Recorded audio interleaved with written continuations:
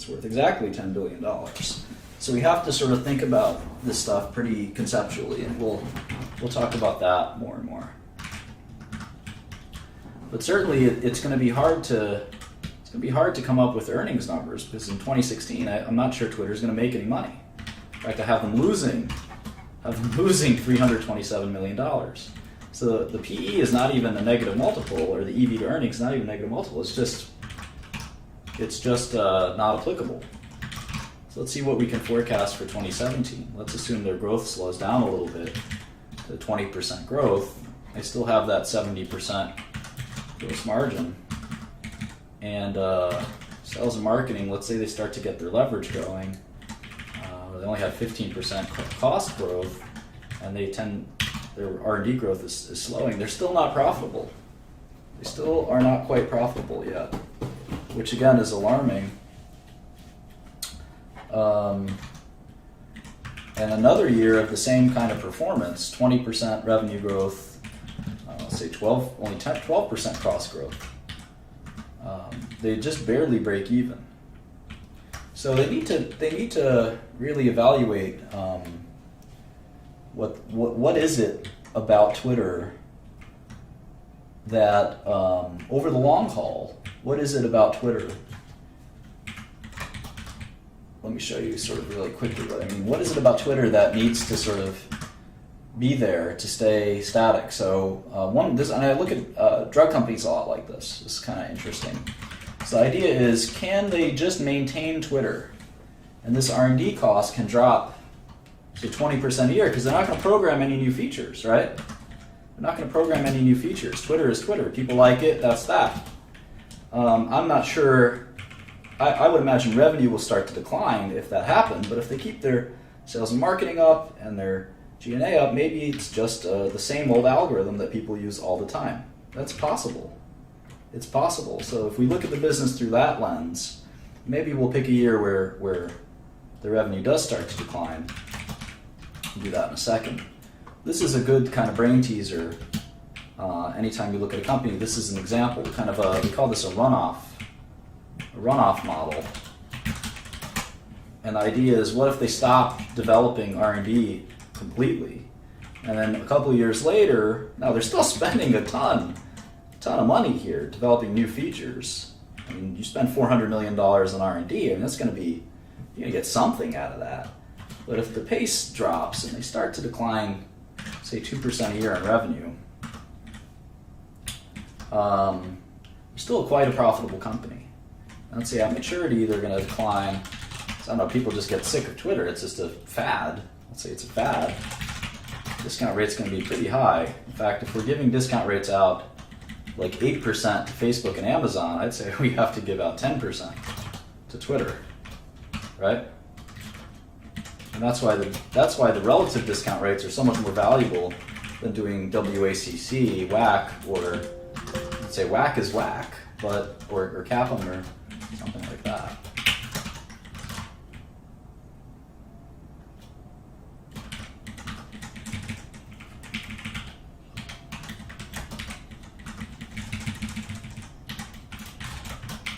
All right, so let's see what this discounted cash flow gives us.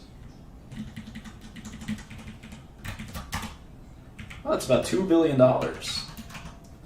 So this is like, I don't know if we call this an optimistic scenario, but under this scenario, Twitter is worth significantly below what it's trading for, which means it's a short.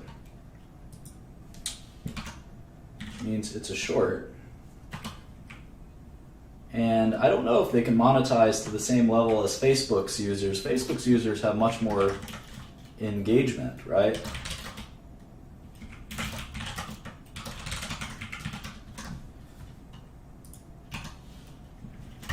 So I have the shares worth $7 as opposed to their current price of $16. So you can make some money shorting it.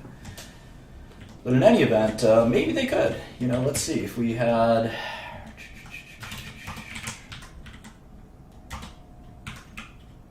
You're getting $8 out of their users, right?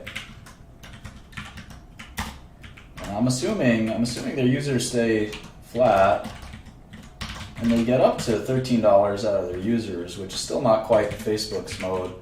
if they start to shrink their cost structure and just run off their business, it's not worth very much. They kind of have to grow.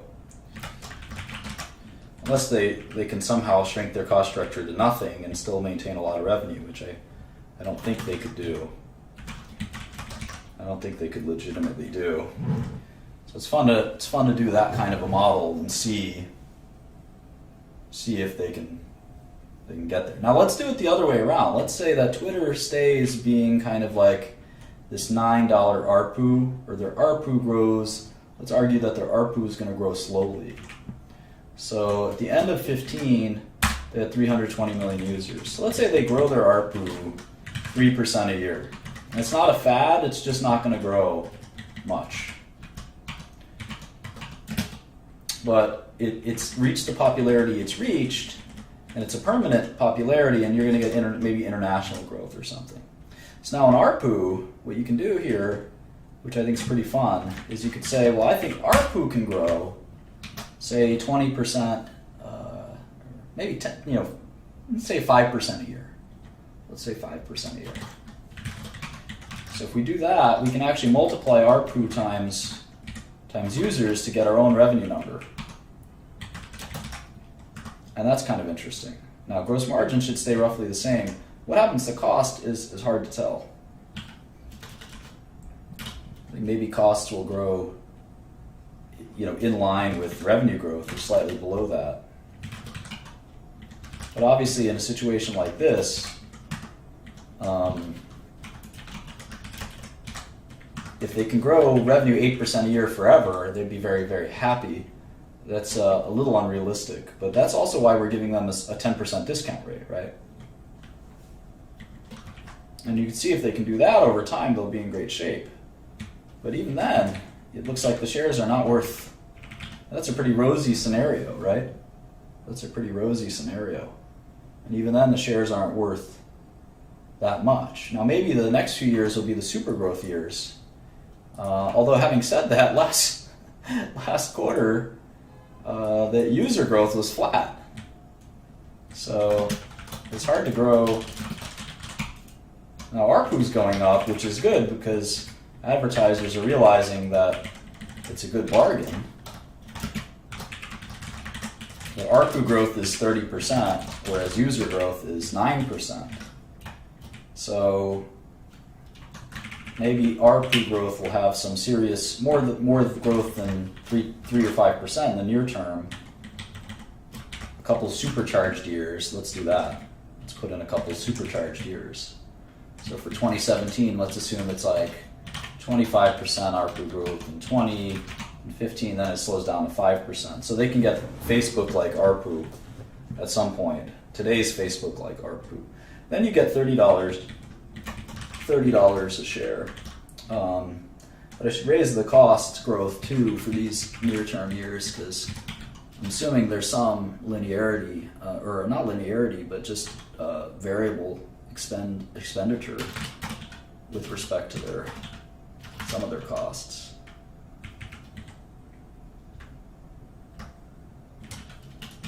So anyway, there's $25 a share, and that's versus the current stock price of 17.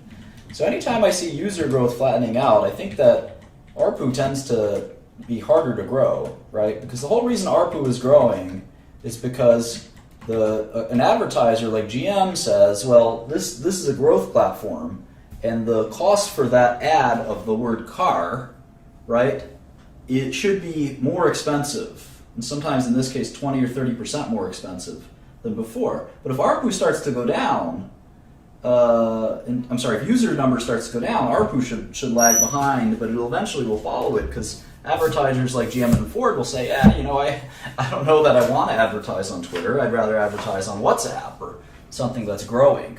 So